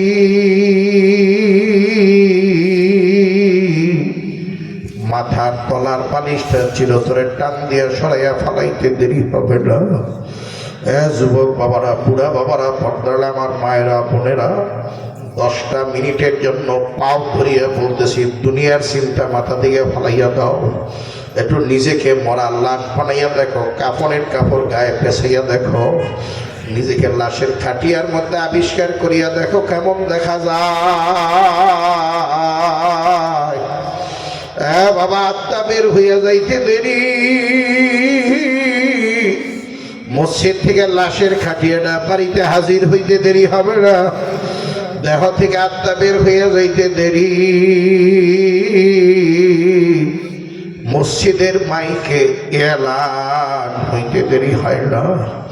দেহ থেকে আত্মা বের হইয়া যাইতে দেরি, আখারের বাজার থেকে কাফনের কাপড় 3 টুকরা বাড়িতে হাজির হইতে দেরি হয় না। বাড়ির উঠানের এক কোনায় ঘন একটা মশারি টানাইয়া পর্দা দিয়ে ঘিরিয়া আমার আর তোমার জীবনের শেষ গোসলখানা রেডি করিয়া মোড়ের পাতার কুসুম কুসুম গরম পানি করিয়া ঠিক আমার আর তোমার নাক কানের ছিদ্রের মধ্যে তুলা লাগাইয়া আখারে পরনের পোশাক গুলারে কাটিয়া কাটিয়া টানিয়া টানিয়া করিয়া ফেলাইল। আমার আর তোমার আদরের মেয়ে বিবাহ দিছি জামালপুর শহরে, ছেলেটা চাকরি করে ঢাকায়। আখারে ছেলে আর মেয়ের কাছে তো বাবার মৃত্যুর সংবাদটা ডাইরেক্ট দেওয়া যায় না। একজনে মেয়ের কাছে টেলিফোন দিয়া কয়, রহিমা খাতুন তোর বাবা খুব অসুস্থ, যদি দেখতে চাও তাড়াতাড়ি আয়। মেয়েটা ওই পাশে সংবাদ শুনে কেন্দ্র দিয়া ডাক দিয়া কয়, সন্ধ্যায় তো আব্বুর সাথে কথা হইছে, হঠাৎ করে কি হয়েছে? কানে আমার আব্বুর কানে মোবাইলটা ধরে আমি একটু কথা বলি। যিনি টেলিফোন দিয়েছে উনি ডাক দিয়া কয়, রহিমা খাতুন তোর বাবার যে জবান বন্ধ হয়ে গেছে, কথা কইতে পারে না, যদি দেখতে চাও তাড়াতাড়ি তাড়াতাড়ি আয়। আরে কলিজার টুকরা মেয়েটা কোন রকম সংবাদ পাইয়া স্বামীর বাড়িতে কোন রকম কাপড়ের ব্যাগ গুছাইয়া সিএনজি স্টেশনে এসে অসুস্থ বাবার জন্য আপেল কমলা বেদেনা গুড় ফল কিনিয়া সিএনজি ওয়ালারে ডাক দেয়া কয়, ভাই সিএনজি ওয়ালা, ওই যে ধিকপাই থেকে 2 কিলোমিটার যাওয়ার পরে ডান দিকে আমার বাবার বাড়ির রাস্তা, অমক গ্রামে যাবিনি? সিএনজি ওয়ালার ডাক দেয়া কয়, ম্যাডাম রাস্তা ভাঙ্গা চূড়া, ভাড়া কিন্তু 500। আমার আপনার আদরের মেয়ে ডাক দেয়া কয়, ভাই ভাড়া যা নেও নিবি, তাড়াতাড়ি সহ, বাবারে যাইয়া পাই না না পাই। সিএনজিতে ওঠার পরে মনে হয়েছে বুড়া বাবাই তো একটু দধি খাইতে পছন্দ করে। সিএনজি ওয়ালারে ডাক দেয়া কয়, ভাই সিএনজি ওয়ালা আর জীবনে খাওয়াইতে পারি কিনা জানি না, ভালো দধি পাওয়া যায় কোন দোকানে, আবার একটু নিয়ে যা। আখারে দধির দোকানে যে দাঁড়াইছে, সবচেয়ে দামি দধি ভিআইপি দধিটা কিনিয়ে নিয়ে রওনা হয়েছে। একটু পরে পরে পিছন থেকে ডাক দেয়া কয়, ভাই সিএনজি ওয়ালা একটু জোরে চালা। ও ভাই সিএনজি ওয়ালার একটু জোরে চালা। বাবার বাড়ির গ্রামের রাস্তায় যখন সিএনজি ঢুকিয়ে গেছে,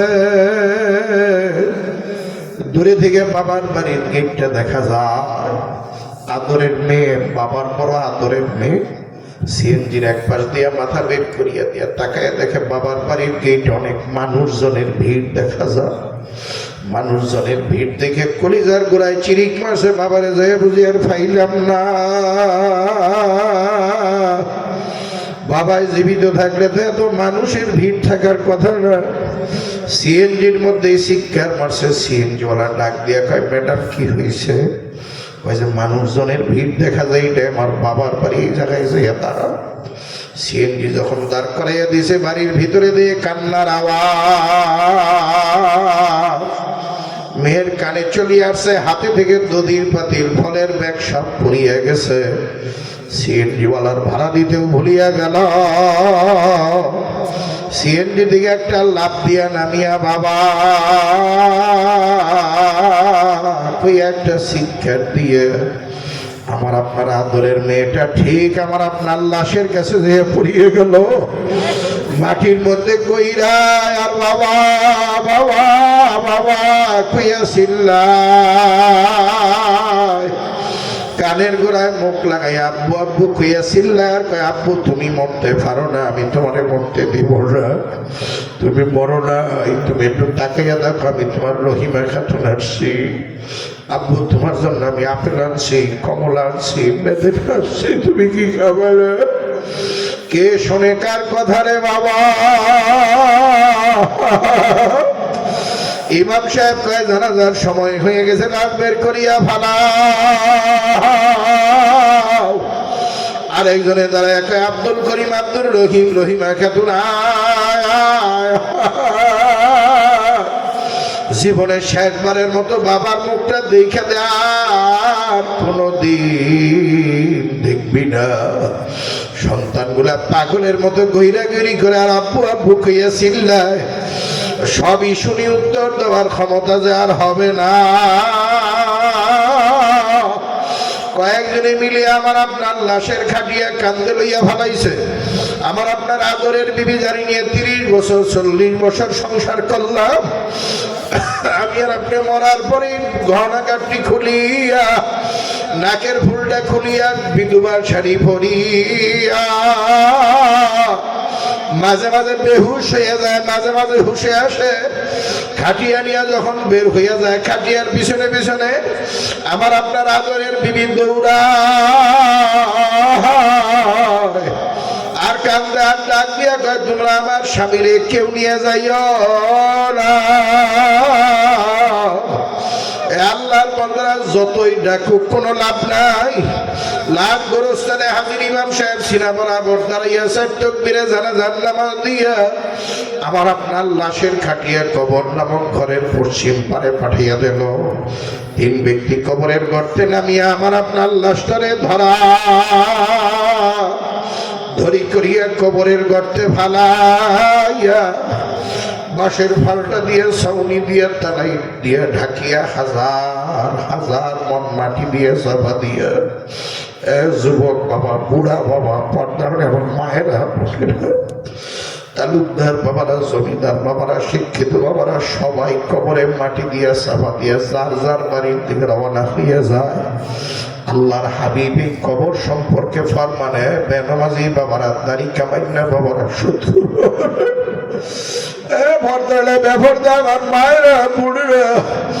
আল্লাহর হাবিব বলছে কোন দিন মিথ্যা হইতে পারে না। আল্লাহর নবী বলেন, হুফরাতুম মিন হুফারিন নার। গুনাহগার নাফরমান হয়ে যদি কেউ মাওলার কবরে যায়, গুনাহগার নাফরমানকে মাটি দিয়ে যখন লোকজন বাড়িতে চলিয়ে যাইবে, গুনাহগার নাফরমানের কবরটা আমার মাওলা জাহান্নামের আগুনের কুয়া বানাইয়া ফেলাইবে। লোকজন মাটি দিয়া বাড়িতে চলিয়ে যাইবে, গুনাহগার নাফরমানের কাফনের কাপড়ে জাহান্নামের আগুন ধাউ ধাউ করিয়া জ্বলিয়ে উঠবে। শরীরের চামড়া, গোশত, হাড্ডি, কলিজা পর্যন্ত জ্বালাইয়া ফেলাইবে রে বাবা। লা ইয়ামুতু ফিহা ওয়ালা ইয়াহইয়া। এই আযাব আর গজবের মধ্যে মানুষটা মরবেও না, আবার মানুষটা বাঁচবেও না রে বাবা। অন্য এক হাদিসে আল্লাহর হাবিব ফরমান তিসআতু ওয়া তিসউনা তিন্নিনান লাউ নাফাখা ফিল আরদি মা আমরাতান খাদিরা। কতক গুনাহগার নাফরমান মেয়ে লোক পুরুষের কবরের মধ্যে আমার মাওলাই একটা আর দুইটা না 99টা বিষাক্ত সাপ ছাড়িয়ে দেবে। সাপগুলা গুনাহগার নাফরমানকে পেছাইয়া কিয়ামত পর্যন্ত ঠুকরাইতে থাকবে আর কামড়াইতে থাকবে। কিতাবের মধ্যে লেখছে 99 সাপের একটা সাপ যদি দুনিয়ার মধ্যে মুখ বের করে একটা নিঃশ্বাস ফলাইতো, নিঃশ্বাসের মধ্যে আমার মাওলা এত বিষ দিয়া রাখছে গোটা দুনিয়া পুরিয়া সারখার হয়ে যাইত। কিতাবের মধ্যে লেখছে একটা সাপ যখন গুনাহগারের সবল মারবে, এত জোরে সবল মারবে গুনাহগার নাফরমানের এই দেহটা আঘাতের চোটে 70 থেকে 80 হাত মাটির তলায় ঢুকিয়ে যাইবে। আবার নিয়ে উঠাইবে, আবার সবল মারবে, আবার মাটির তলায় ঢুকিয়ে যাইবে। আল্লাহর বান্দারা সহ্য করতে কি পারবা? সহ্য করতে পারলে কোনো ওয়াজ লাগবে না, নসিহত লাগবে না। আর যদি বলো যে হুজুর না না, এই আযাব সহ্য করা কোনো মানুষের পক্ষে সম্ভব না। বাবা হাতে ধরলাম, পায়ে ধরলাম, বাবা গুনার কাম ছাড়ো, নেকের কাম ধরো, গুনার কাম ছাড়ো, নেকের কাম ধরো। গুনাহ মানুষকে জাহান্নামের আসামি বানাইয়া দেয়, নেক মানুষকে জান্নাতের মেহমান বানাইয়া দেয়। ওয়াজ আমি করিয়া গেলাম, সিদ্ধান্ত ভাবা আপনাদের নেওয়া লাগবে। আপনি কি গুনাহ করিয়া জাহান্নামের আসামি হইয়া মরবেন, নাকি নেকের কাজ করিয়া জান্নাতের মেহমান হয়ে মরবেন? আল্লাহর হাবিব ফরমান আল কবরু রাউযাতুম মিন রিয়াজিল জান্নাহ। যারা নেককার পরহেজগার হয়ে কবরের দেশে যাবে, নেককার পরহেজগারদের কবরটা আমার মাওলায় জান্নাতের বাগান বানাইয়া দেবে। আল্লাহ তুমি কবুল করিয়া লইও। আল্লাহর বান্দারা সিদ্ধান্ত আপনার নেওয়া লাগবে, গুনাহ ছাড়া লাগবে, নেকের কাম ধরা লাগবে। গুনার কাম ছাইরা নেকের কাম ধরার জন্য, নেকের কাম করার জন্য আজকের এই মাহফিলে, আজকের এই মজমায় কে কে নিয়ত করতে পারি? একটু আল্লাহু আকবার কে হাত তুলে জায়গায় একটু আল্লাহরে দেখা। আল্লাহ তুমি মুসাইয়া দেখো, তোমার বান্দারা হাত লাগাইছে। আল্লাহ তোমার বান্দারা হাত লাগাইছে, গুনার কাম আমরা আর করতে চাই না। আল্লাহ নেকের কাজ পেলে আর ছাড়তেও চাই না। আল্লাহ গুনার থেকে মউত পর্যন্ত হেফাজত করো। আল্লাহ নেকের কাজ করতে করতে কবরে ঢোকার তৌফিক দিয়া দাও। জোরে জোরে বলেন আল্লাহুম্মা আমিন। আলোচনা লম্বা চওড়া না, আমার জন্য দোয়া করবেন, আমি আপনাদের জন্য দোয়া করি। আল্লাহ পাক রব্বুল আলামিন যদি গুনার কাম ছাইরা নেকের কাম কইরা কবরে জান্নাতের মেহমান হয়ে কবরে যাওয়ার তৌফিক দেয়, জান্নাতের মেহমান হয়ে কবরে যাইতে পারি, এই সুযোগ আর তৌফিক মাওলায় যদি না করে দেয়, আমার আপনার কিন্তু উপায় নাই। আসলেই তো কয়েকদিনের দুনিয়ার দাড়ি পাকার একটু চিন্তা করে দেখেন না। কয়েকদিন আগেই তো কাঁচা ছিল, কয়েকদিন আগেই তো চোখের পাওয়ার ছিল, কয়েকদিন আগেই তো মাজায় শক্তি ছিল, আজকে শক্তি গেল কোথায়? দাড়ি কালার হয়ে গেল কেমনে করিয়া, চোখের পাওয়ারটা কোথায় পড়িয়া গেল? একটু চিন্তার দরকার আছে না নাই? কিন্তু এই চিন্তার সময় তো নাই। চার দোকানে আড্ডা দেওয়ার সময় আছে, টেলিভিশনের লেনটা নাচ দেখার সময় আছে, নেক কাজ করার সময় নেই, সুবহানাল্লাহ করার সময় নাই, আলহামদুলিল্লাহ বলার সময় নাই। যদি এই সময় আমি আর আপনি যদি আমার মতো করে কাটাইতে থাকি, তাহলে মনে রাখবেন, আগেই বলছি আমার যেমন চুলা আছে, আল্লাহরও চুলা আছে। আল্লাহর চুলার নাম কি? জোরে কয় না, আরো জোরে কন। জাহান্নামে যাইতে রাজি আছেন কেউ? জোরে কন, কেউ রাজি আছে? চোর কিন্তু জেলখানায় যাইতে চায় না, খুনি জেলখানায় যাইতে চায় না, ডাকাত জেলখানায় যাইতে চায় না, পুলিশের দইরা বাইন্দা লাইটাইয়া পিটাইয়া জেলখানায় ভরে। কথা ঠিক কিনা? আমরাও জাহান্নামে যাইতে চাই না। কিন্তু আল্লাহর পুলিশ বাহিনী আছে না নাই? যাইতে না চাইলেও জাহান্নামের কাম করলে হাতে পায়ে শিকল লাগাইয়া লাইঠাইয়া পিটাইয়া নিয়ে জাহান্নাম নামক জেলখানায় ভরবে। কথা ঠিক কি না? আজকে জাহান্নামের বয়ান করার মতো সময় সুযোগ কোনোটাই নাই। শুধু সামান্য একটু কবরের আযাবের আলোচনা করছি। কবরের আযাবের চাইতে কিয়ামতের ময়দানের আযাব আরো কঠিন। কিয়ামতের ময়দানের চাইতে জাহান্নামের আযাব আরো কঠিন। কবরের আযাবই তো বাবা সহ্য করার ক্ষমতা আমার আপনার নাই। এটা ধোঁয়া সাপ দেখলে শরীরের পশম দাঁড়াইয়া যায়। 99 সাপের কথা যে আল্লাহর হাবিব বলছে কোনো দিন মিথ্যা হইতে পারে না। কথা ঠিক কিনা? বিভিন্ন জায়গায় কিন্তু মাঝে মাঝে কবরে আগুন দেখা যায়, ধোঁয়া দেখা যায়, সাপ দেখা যায়, বিচ্ছা দেখা যায়, এরকম ঘটনা আছে না নাই? আমার কবরও এই ঘটনা যদি ঘটিয়ে বসে আমার উপায় কি বা আপনার কি উপায়? একটু চিন্তার দরকার আছে না নাই? সে যাবেন, যাওয়ার তো যায়। আল্লাহ তো বানাইছে ইবাদতের জন্য। কার জন্য? আমি যদি আল্লাহর ইবাদত বাদ দিয়ে শয়তানের ইবাদত করি তাহলে তো আমার জন্য জান্নাত না। কথা ঠিক কি? হয় আল্লাহর ইবাদত করব, আল্লাহর ইবাদতের বাইরে যদি কোনো ইবাদত করি এটাই তো শয়তানের ইবাদত। কথা ঠিক কি না? জায়গা তো দুইটা, ফারিকুন ফিল জান্নাতি ওয়া ফারিকুন ফিস সাঈর। কিয়ামতের ময়দানের দল দুইটা, একটা আল্লাহর দল আর একটা শয়তানের দল। জায়গা দুইটা, একটা জান্নাত আর একটা জাহান্নাম। আপনারা বলেন কোন দলে থাকবেন? আল্লাহর দলে না শয়তানের দলে? হ্যাঁ, আল্লাহর দলে থাকতে চাইলে নামাজ লাগবে না, দাড়ি লাগবে না, টুপি লাগবে না, হারাম ছাড়া লাগবে না, টেলিভিশন ঘরে থেকে লাঠি দিয়ে বের করা লাগবে না, পর্দা ফুসিদা লাগবে না। যদি এগুলো করেন তাহলে আপনি আল্লাহর দলে। যেই কামে শয়তান খুশি হয় সেই কাম যদি আপনি করেন, আর যদি আপ জাগান আমি আল্লাহর দলে, আপনি আল্লাহর দলে না। কথা কয় না? সিদ্ধান্ত আপনি নিবেন কি করবেন। যদি আল্লাহর দলে থাকেন জান্নাতে যাবেন, অসুবিধা নেই। আর যদি আপনার কাজে কর্মে শয়তান খুশি হয় তাহলে আপনি শয়তানের দলে। শয়তানের জায়গা জাহান্নাম, আপনার জায়গাও জাহান্নাম। পরিষ্কার ওয়াজ। আল্লাহ আমাদেরকে আল্লাহর দলে থেকে জান্নাতের মেহমান হয়ে কবরে যাওয়ার তৌফিক দান করুন। জোরে বলেন আমিন।